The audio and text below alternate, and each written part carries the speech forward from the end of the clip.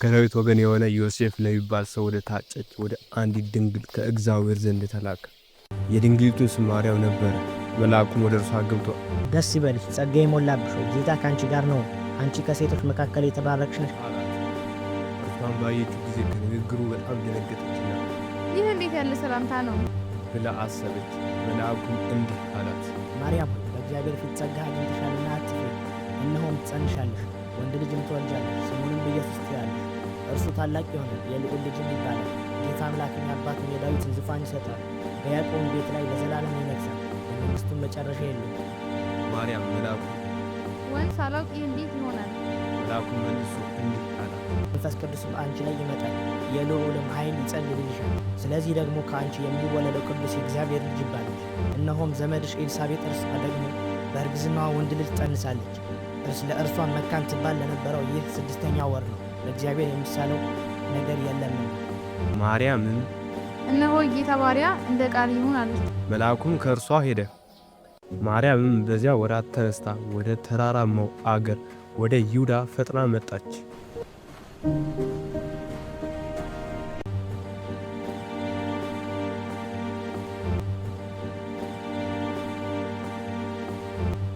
ወደ ዘካርያስ ቤትም ገብታ ለኤልሳቤጥ ሰላምታን አቀረበች። ኤልሳቤጥም የማርያምን ሰላምታ በሰማች ጊዜ ጽንሱ በማኅፀኗ ውስጥ ዘለለ። በኤልሳቤጥም መንፈስ ቅዱስ ሞላባት። በታላቅ ድምፅ ጮኻ እንዲህ አለች፣ አንቺ ከሴቶች መካከል የተባረክሽ ነሽ፣ የማኅፀንሽም ፍሬ የተባረከ ነው። የጌታዬ እናት ወደ እኔ ትመጣ ዘንድ እንዴት ይሆንልኛል? እነሆ የሰላምታሽ ድምፅ በጆሮዬ በመጣ ጊዜ ጽንሱ በማኅፀኔ በደስታ ዘለዋል። ማርያምም 3 ወር የሚያህል በእርሷ ዘንድ ተቀመጠች። ወደ ቤቷም ተመለሰች።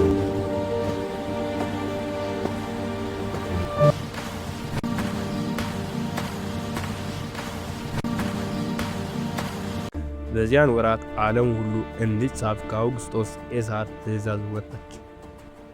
ቀሬሜዎስ በሶርያ አገረ ገዢ በነበረ ጊዜ ይህ የመጀመሪያ ጽሕፈት ሆነ። ሁሉም እያንዳንዱ ይጻፍ ዘንድ ወደ ከተማው ሄደ። ዮሴፍ ደግሞ ከዳዊት ቤት እና ወገን ስለነበረ ከገሊላ ከናዝሬት ከተማ ተነስተው ወደ ቤተልሔም ወደምትባል ወደ ዳዊት ከተማ ወደ ይሁዳ ጸንሳ ከነበረችው ከእጮኛው ከማርያም ጋር ይጻፍ ዘንድ ወጣ።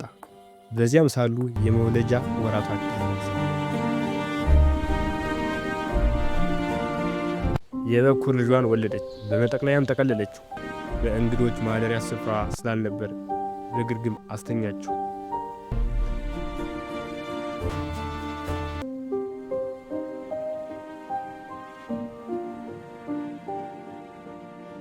በዚያን ወራት መንጋቸውን በሌሊት ሲጠብቁ በሜዳ ያደሩ እረኞች ነበሩ። እነሆም የጌታ መልአክ ወደ እነርሱ ቀረበ፣ የጌታ ክብርም በዙሪያቸው አበራ፣ ታላቅ ፍርሃትን ፈሩ። መልአኩም እንዲህ አላቸው፣ እነሆ ለሕዝብ ሁሉ የሚሆን ታላቅ ደስታ የምሥራችም እነግራችኋለሁና አትፍሩ። ዛሬ በዳዊት ከተማ መድኃኒት ለእርሱ ክርስቶስ ጌታ የሚሆን ተወልዶላችኋልና። ይህም ምልክት ይሆንላችኋል፣ ሕፃን ተጠቅልሎ በግርግም ተኝቶ ታገኛላችሁ። መልአኩም ከእነርሱ ተለይተው ወደ ሰማይ በወጡ ጊዜ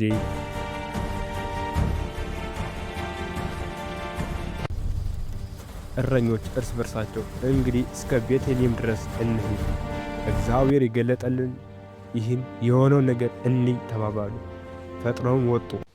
ማርያምና ዮሴፍን ሕፃኑንም በግርግም ተኝተው አገኙ።